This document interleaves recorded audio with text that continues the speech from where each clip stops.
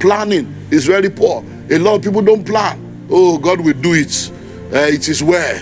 Whatever will be, will be. God is in control.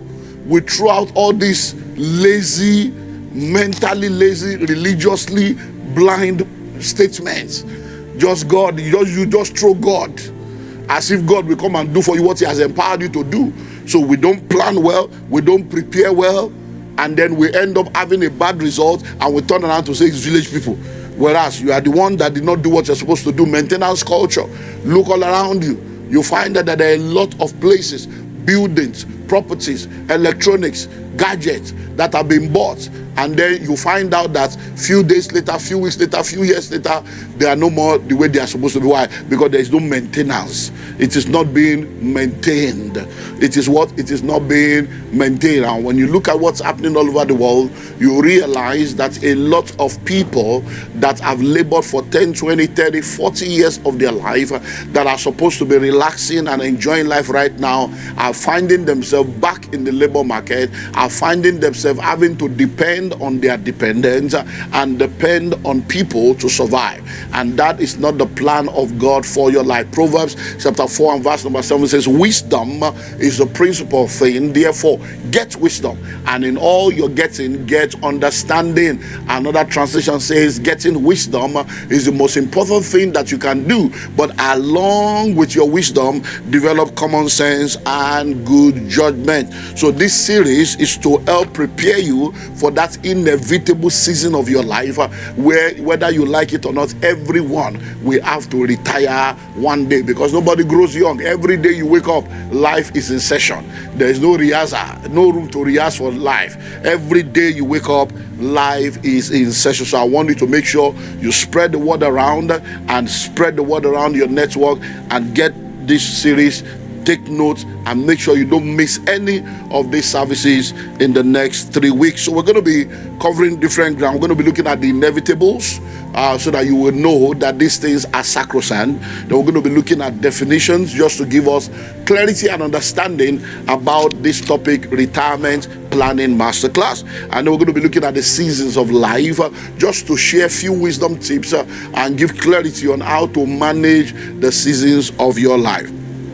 Then we're going to be looking at the research statistics that has unfortunately become true to many people all over the world, and we'll wrap it up with the 10 secrets to a successful retirement. 10 secrets to a successful retirement. Then we're going to take time to have a Q&A session, probably when we enter into the month of November. We had an amazing Q&A session 2 weeks ago, and from time to time we do that on Sunday morning, but every Wednesday, you know, you have opportunity to ask questions. So keep it up and keep coming to services to enjoy all that God has made available through this house. So let's begin by looking at the 3 inevitables. The 3 inevitables for everyone listening to the sound of my voice, regardless of who you are, what you do, and where you are. There are 3 inevitables that you will have to contend with, or that you will have to face in the course of your working life and in the course of your career. Number 1 is retire. Whether you like it or not, there comes a time where they will have to retire you, or you will have to retire yourself, because nobody grows young, everybody grows old. And because life is in phases and life is in seasons, it therefore means that there comes a time in your life where, whether you like it or not, you cannot actively engage, because the energy is not there, the strength is not there. You cannot actively do what you used to do when you were younger, and you will have to step aside for the next generation and for other people to continue to take the world to where it needs to get to. Because before you came, there were people in the front line that stepped aside for you to take the front line, and whether you like it or not, you will also have to step aside for others to take the front line. So the first inevitable is you will have to retire one day. Number 2, the second inevitable is that you will have to resign. If you don't retire, you will have to resign. There are a lot of you sitting down right now listening to me. A lot of you are listening to me all over the world. You have left different organizations, different companies, different places you have worked. You have left them. Why? because you resign from the job. You resign for many reasons, which we cannot go into right now. So resignation from a place of employment, resignation from a place of work is something that you will have to face in life. So if you are not resigning, you are also retiring. The third one is to be retrenched. To be retrenched. There are many of you that have lost your job. You've been sacked. You've been a victim of downsizing. You've been a victim of all kinds of policies and changes in the economy, in the market, and different industries. And you found yourself out of job. You've been sacked, which is what it means to be retrenched. You were a victim of a retrenchment process. So you find out that in this world that we live in, these three inevitable R's are the reality, and whether you like it or not, you will face at least one in your lifetime. And guess what? If nobody has ever sacked you, and you have never been retrenched from any job, if you have never had to resign from any job, the one that you cannot escape is retirement. You will have to retire one day. Tell them, say, you go retire. Oh. Let me tell them, say, whether you like it or not, you go retire. Oh. So you will have to retire, whether you like it or not. And because you have to retire, that's why I am now focusing on this aspect of retirement, because no one will plan your life for you without your direct involvement. If it's going to be, it's up to you. You cannot push the responsibility of your life and of your retirement to other people. It's not going to work. It's not going to work. So let's now begin to look into what this retirement, let's define retirement. What does it mean to retire? What exactly does retirement mean? So let's look at it. So number one, let's look at planning. Planning means preparing and strategizing for something in the future. So when you say, I'm planning what to eat, it means you are planning to prepare a meal that you will eat, but you're not going to eat it now. You have to plan, prepare, and eat. Planning is what? Preparing and strategizing for something in the future. I'm planning to travel next month. So you need to plan and prepare, and then you travel. I'm planning to complete that house. I'm planning to release that book. I'm planning to launch a new product. So planning is what? Preparing and strategizing for something in the future. That's why the Bible says in the book of Luke chapter 14, beginning from verse 28, which of you intending to build a tower will not first of all sit down and count the cost, whether he has sufficient to finish it, lest after he has started, he is not able to complete. After he has started, he is not able to finish it. So planning is preparing and strategizing for something in the future. So every time we are planning, you are preparing for something futuristic. You are preparing for something that is yet to be, so that you can be sure that it is done well. And that's why we say that proper planning prevents poor performance. If you plan well, you will do well. If you fail to plan, you have already planned for failure. The next one is retirement. Retirement. What is retirement? Retirement is a period of time or season of your life when you are out of active service.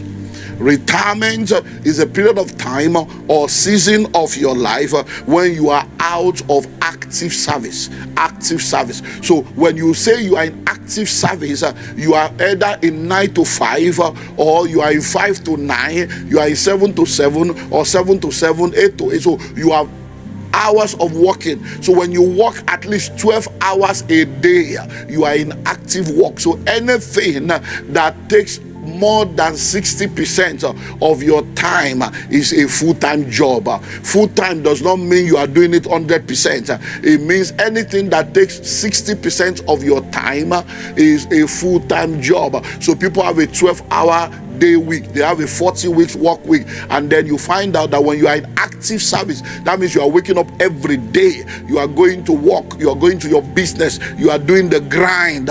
What that means is you are in what? Active service. But there comes a time when you can no more do that. Sometimes you face your retirement, so you begin to do, okay, instead of 40 weeks, now I'm doing 30, now I'm doing 20, now I'm doing 10. Instead of 12 hours a day, now I'm just doing 2 hours a day, or I'm just doing 1 day a week, or 2 days a week. You're beginning to face until you get to a point where you can even relax, and then other people begin to do the work. So when you now talk about retirement planning, we are now talking about you preparing for that season of your life where you will no more be in active service.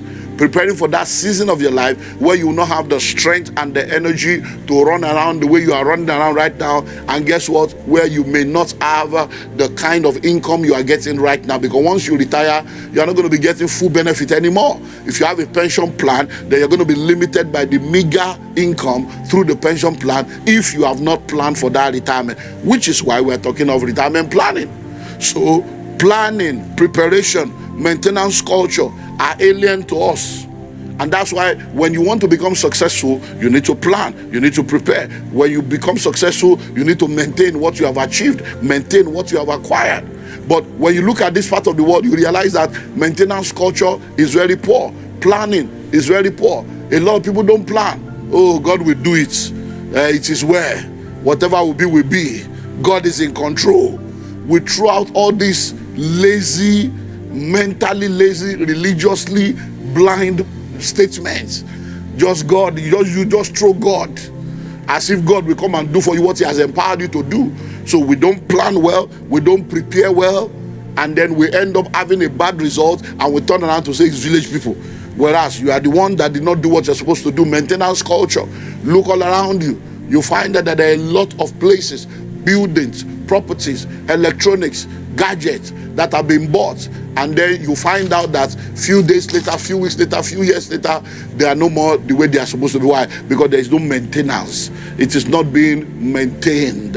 It is what? It is not being maintained. I remember we're coming to the church, I think 2 weeks ago, and my wife was showing me a property that looks, the whole place looks very ugly. They were supposed to use it for an event, and she said, oh, when she got there, even the outside is not looking too good.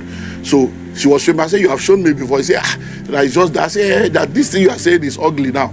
Once they paint it, you will discover it's not ugly. It's because the person is not willing to paint. She now said, I told the event company there that why don't you people paint it? They said, no, we only have authority over the inside. I said they are not ready to pay. That's why they said they have authority over the inside. If they are ready to paint the outside, and they say landlord, we want to paint to help your house, landlord will accept. But landlord is not willing to pay. They too, they are not willing to pay. So maintenance culture, many of the things you call old, many of the things you call expired, many of the things you call dilapidated, many of the things you say is not functioning, is because it is not well maintained. Maintenance culture. I learned that from my father. My father's pojo. Hey, that pojo. I mean a pijot. I mean pojo or pijo. Hey, that we call that car last born. Hey, this is my father that you people are seeing here. K. When he wakes up in the morning, he will sit down with that pojo, and he will be kai. He will scream everywhere. He will do daddy dado. He will wash tire, wash everything. He takes care of that car. I'm sure that car should have spent at least, I'm not sure, but the car reached like 30 years before he died. They use the car. Can you imagine a car spending 30 years? Some people have that kind of culture. They can maintain things. I remember, let me tell you this story. As I remember that, this man that you people see that is now gentle and quiet, his old age. As the man they old, they call the soft down, it's softer as he's getting old. That car was causing trouble. When I got born again, and I came back from campus, it would just say, okay, holy boy, hey, holy boy, yeah, go and wash the car, Then I came back from school and now born again. We are doing quiet time. I will now wake up in the morning. I will just hear, wake up. Which prayer are you praying? Go and watch the car for me. So I was like, this man is a devil. How can he not see that I'm praying because of car? Must we watch the car every day? I was ignorant, because the way a lot of us are just in religious fanaticism. Then I was complaining one day, and my mom came and said, you see, you are not right, but you are not getting it because this religion that you say you have gotten, that this is your born again thing, that if you people are born again, does it mean your behavior should not change for the better? That your father has nothing against your prayer, but you that know you want to pray, are you not supposed to either wash the car in the night, or you wake up very early, wash the car, and then go and pray? That why will you now leave your job undone? You will now be praying. You are a son. You have a responsibility to your father and to this house. I say, okay, that makes sense. So guess what? The man that will come and wake me, I woke up very early, washed the car. I just discovered that the man didn't come to wake me. I woke up, where's daddy? He has gone. Day 2. That's how the thing ended. And there are many of you like that. My father is bad, my mother is bad. You are the one that is not wise. You are not wise about your Christian life. You are not wise about the way you do things. When you prioritize your life, many of the things you are saying are not okay. They are okay. Well, let me not deviate. Maintenance culture. So that I learned from my father. Maintenance culture. The man can maintain things. You know, people in the olden days, they used to keep all those KDK fan. There are things they will keep that you're like, this one ground dig. Oh my God. Let's move on. So everyone listen to me right now. You need to know that if you are going to become successful, you need to have a retirement plan. Things are changing. And the world we live in right now, can you imagine, see, retirement plan has been growing from 45 to 55 to 65. Now they're even saying that retirement plan should be moved to 70. And I think that has been approved in different sectors in different parts of the world. Because a lot of people are now realizing that at 70, they can still bubble. And that's why many of our politicians, you see, they don't want to go. Look at Nigeria, look at America. Old people are ruling everywhere. And you are wondering why things are not working. So they want to stay, instead of them to be an advisor and to stay behind, they still want to be active so that they will use our money to be going for hospital and be paying the bills and be restructuring themselves. So there are people shouting for, oh, let's increase the age. Look at what happened. You know, we did Elders Forum on which day now? 2 weeks ago or thereabout. You saw the politics on the pulpit. The speaker is saying, I'm a youth. At almost 60. The elders are saying, no, you are an elder. Everybody, nobody wants to associate with old age. People wait on 60, wait on 65, they say I'm young. 60 is the new 50. 50 is the new 40. Just they play. Be deceiving yourself. You will suddenly realize that you are not young. When you are alone and you look at yourself, you know that lines are falling upon line in pleasant. I know you come to church, you package everything. Everybody, you look, everybody thinks that now person with the house with you, know what's in that they see. So please, let's not fool ourselves. Whether you like it or not, you are growing older. You need to plan for that retirement. So retirement planning is very, very important. But some people are also entering into what we now call the new retirement. The new retirement. And what's the new retirement? We're going to look at that towards the end, maybe in part 3.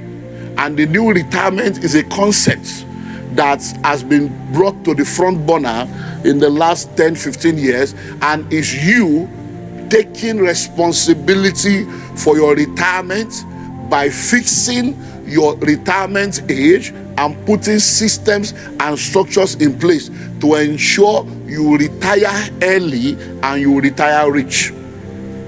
Putting systems and structures in place to fix your retirement age and ensure that you put things in place to retire young and retire rich. So I'm going to share more about that in part 3.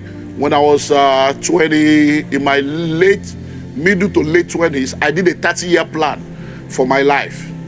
And I reviewed that over and over again over the last 20, almost 30 years now.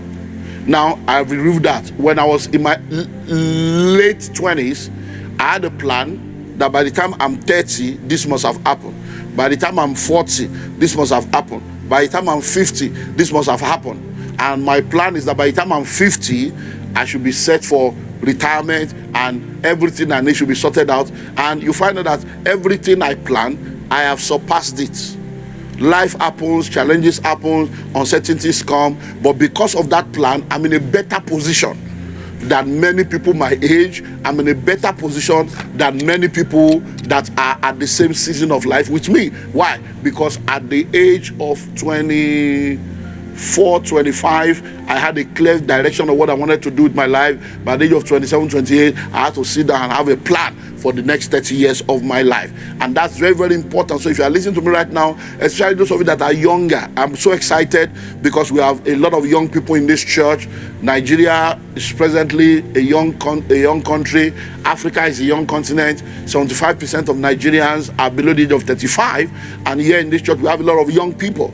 And many times, you know, the old and mature people, they appreciate my message because they've made mistakes and they wish, if I heard this when I was younger. But you younger guys, you think you have the whole world in front of you.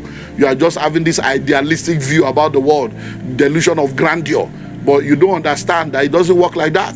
Many of you think, oh, that one will never happen to me. Just be deceiving yourself. Look back at your life in the last 10 years. There are many things you thought will have happened by now. It don't happen. There are many things you think will not happen. It don't happen. So, because there are many things you cannot control in the world that we live in today. So let's move on. Then we want to now look into the seasons or the stages of life. Because in order for you to effectively be able to plan your retirement, you have to then know how to manage the stages and the seasons of your life. So there are 4 seasons in the life of every individual. 4 seasons. I call it morning, afternoon, evening, and night. Repeat after me. Morning. I can't hear you say it loud. Morning, afternoon, evening, and night. Say, neighbor, there are 4 seasons. Morning, afternoon, evening, and night. So to effectively plan your retirement, you need to understand these seasons of life. That there are seasons in the life of every individual, and these seasons are 4. And once you are aware of the stages and the seasons of life, you are now able to effectively prepare on how to navigate the seasons of life. So number 1, you have the morning season of life, which is the learning stage. That's the first 25 years of your life. So between age 0 to 25, you are in the morning.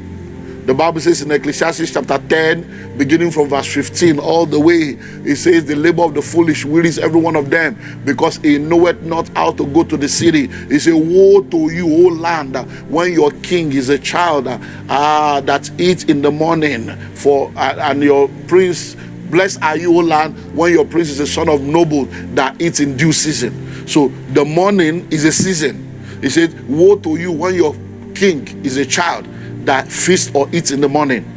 Blessed are you when your king is a son of noble that eats in due season. So that morning there is a season. It's not because if it was morning, afternoon, evening, and night as in a calendar of the day, it would have been said that eats in the evening. He said that eats in due season. So the morning season of your life is the first 25 years of your life. That's the time for you to learn, is the learning stage. So it therefore means that by the age of 25, there are some things that must have become a reality in your life. If by age 25, you are still trying to ride jump, your life is already out of order. You have been jumped. If by age 25, you don't have any certification, you don't have any skill that you can exchange for money, by age 25, you have not come into that place in your life where you have learned about who you are, where you understand your purpose and your vision in this world.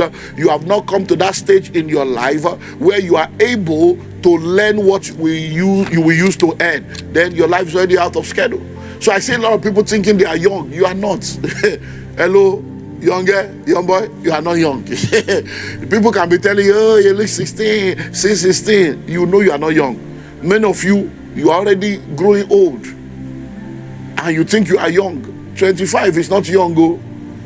At 25, I have started this church. Yes, this church you are sitting in. At the age of 25, I was already a founder. We used to call it founder and general overseer in those days. Founder. By 25, many of you now at 25, business you have not started, ministry you have not started, but you know how to start a relationship.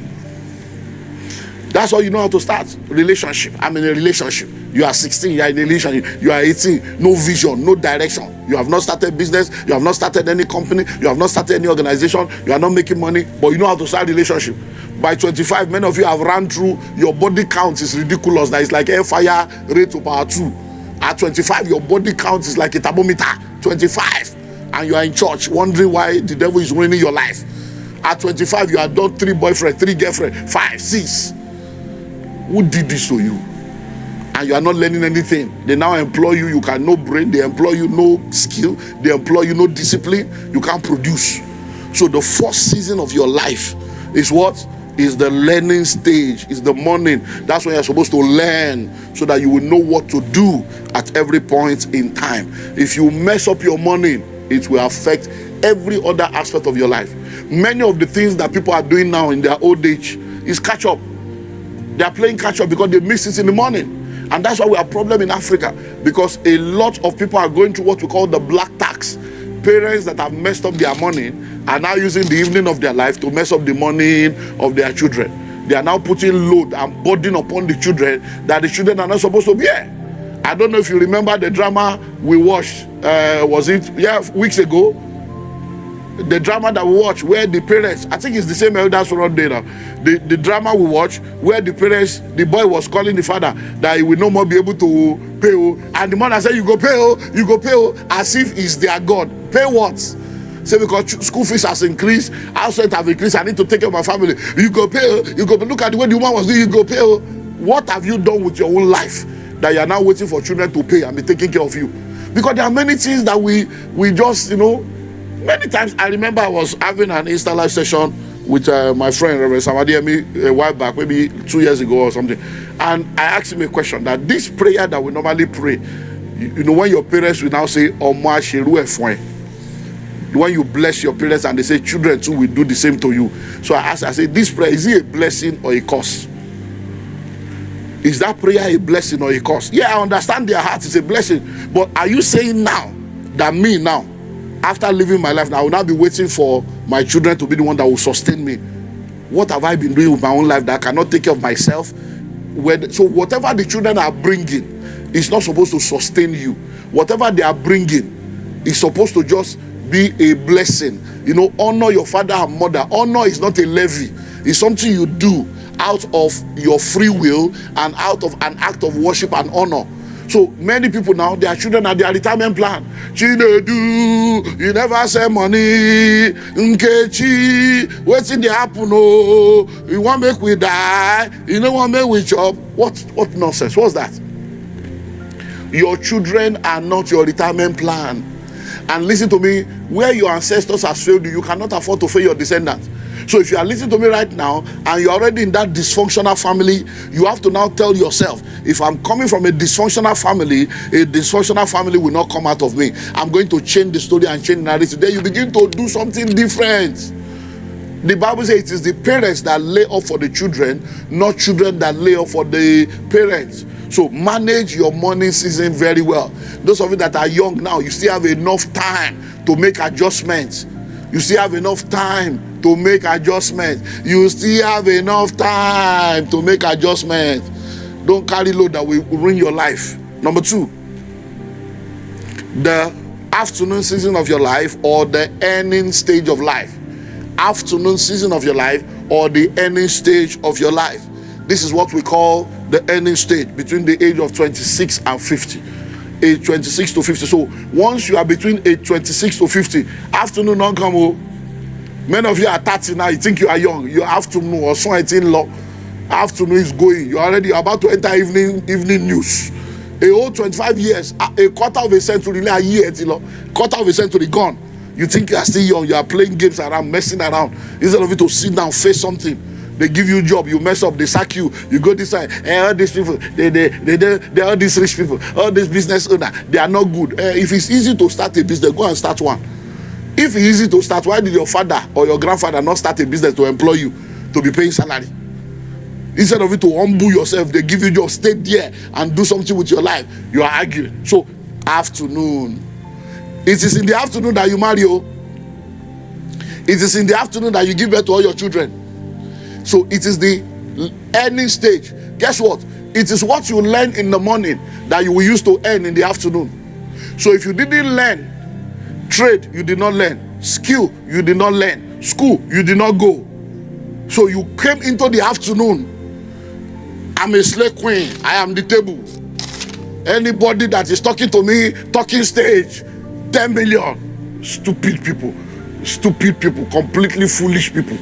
Talking stage, but they combine your father, mother, the whole of your family together, they get 10 million. You talking stage, they will give you 10 million. What are you bringing to this? What was that? But that's the useless generation that we're in right now. People that are bringing nothing, no value to offer, empty-headed shells, valueless, skillless, with great ambition. You are not even facing reality. There are a lot of young correct guys, any 150, any 250, that want to marry you. You don't go see correct up, you carry your eye up. Small girl, big God. We don't know that sugar daddy is your big God, allergy is your big God. Deceiving yourself. So any stage, if you learn well, then you can begin to earn. At that earning stage, what you earn will be determined with what you have learned, because you can't enter into the marketplace valueless. You enter the marketplace, what value are you bringing to the table? Why should I pay you 200,000? Is it something when they say, how much do you want to say? Well, because of transport, from where I live. Now, me say you to go live there. From where I live to this place, and then feeding, upkeep, I will need like 350K. See your mouth, 350K. I will need like 350K. Okay, how much were you? Your last salary, how much was it? Actually, no, we cannot use that because that company that was there. How much? They will not answer. Bring your last pay slip. You want to collect 350. Okay, no problem. We are ready to pay 350. Can you go and write down? Go and give us a proposal. How you intend to add value to this organization and help us to be able to make 3 million every month so that we can pay you 350. Then they will come back zero, empty head, zero, nothing. So the 350 will appear from the spirits and be entering your account without you bringing anything to the table. You want to come to the office and be chewing gum. Come to the office and be on social media. Come to the office and be watching sports and then collect 350. It is well. So that's the afternoon. So if you are in the afternoon, these things must be settled. Married. So if by 50 like this, you are single, you are not married, your life is already out of order. There's already a disorder. If by 50, you see they do school run, you are going for PTA meeting. By 50, if you marry between 25 and 30, between 30 and 35, you're supposed to don't burn on the pick you finish. By 50, your children should be teenagers, they'll be talking of university. We should be waiting for you to become grandparent. But at 50, you are still doing diaper. You are still buying Cerilac and Similac. You are still mixing things together. Think of it now. You don't poo-poo, daddy, you now carry your child to say, grandpa, well done, it's good. Your grandchild say, no, it's not my grand, it's my child. Abba. Look, I know life happens, don't get me wrong. There are exceptions. There are people that have gone through devastation. There are people that are 45, 50, they are not married. No problem. God will do it. But normal life, now we're talking about normal life. Because that's an exceptional situation. Normal life. It's not 50, you should be giving birth to children. When do you now want to expire the case now? Because your last born plus 25 years, that's your deliverance. So if you are giving birth at 50, that means by the time the child is 25, you will be 75. That's why you'll be going for graduation. If you enter plane, they will now put you inside wheelchair. Papa is coming for graduation. Lord have mercy. Lord have mercy. By the time you are 50, you should have got to a point where you have earned enough and use what you have earned to prepare for your retirement. By 50, you should be retiring. By 50, you should not have any issue about retiring. So if by 40, you sit down, you realize that this thing is not working the way I expected, then you have 10 years.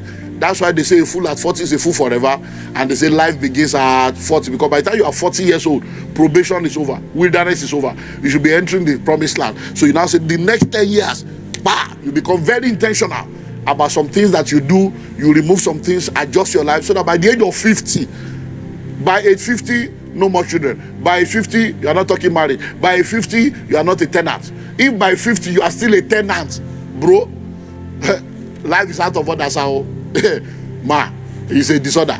At 50, landlord is still coming to throw you around. No, even if it's a small self-contained, even if it's one piece of land, you don't need a whole plot. You don't need a whole plot. All you need is a piece of land. Even if it's just one small bungalow, you must have something. You mean you spent 50 years in this world and you couldn't buy one plot? 50 years, half a century. Ordinary one small plot like this, you don't get to your name. Abba, think of it now. Something's wrong now. Then you have been married, instead of 50, you have been married for maybe another 20. Two of you for 20 years together. Now don't you buy one plot, do one small bungalow. Abba, think of this thing now. Because many times it's because we didn't plan for it. We became a victim of it. Because you did not plan for it, you became a victim of it. And let me tell you something, it's never too late to start. So don't ever think that, oh, my own is finished, this is there. No. If you start now, 5 years is enough for anybody to change their life. 5 years is enough for anybody to, when you are intentional. Because you will abort, say, it's a bush, the place where you call bush. See as it is so. This all where you are now 70,000 naira. Today now, if you have 40 million, you can't buy. But many of you have 70,000 that time, but you do naming ceremony. Both you and the child now, you can't do ceremony. May the Lord have mercy on us.